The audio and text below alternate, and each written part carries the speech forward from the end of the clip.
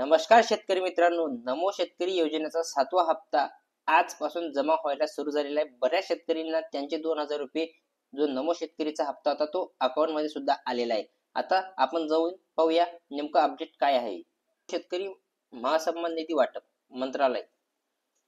नमो शेतकरी महासन्मान निधी योजनेअंतर्गत 7व्या हप्त्याचे वाटप राज्याचे मुख्यमंत्री माननीय देवेंद्र फडणवीस यांच्या हस्ते करण्यात आले.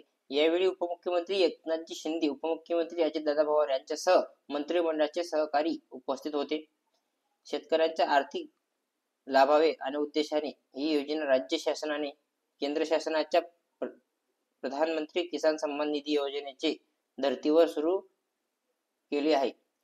या 7व्या हप्त्यामध्ये एप्रिल 2025 ते जुलै 2025 या कालावधीचे अनुदान लाभार्थ्यांना देण्यात आले.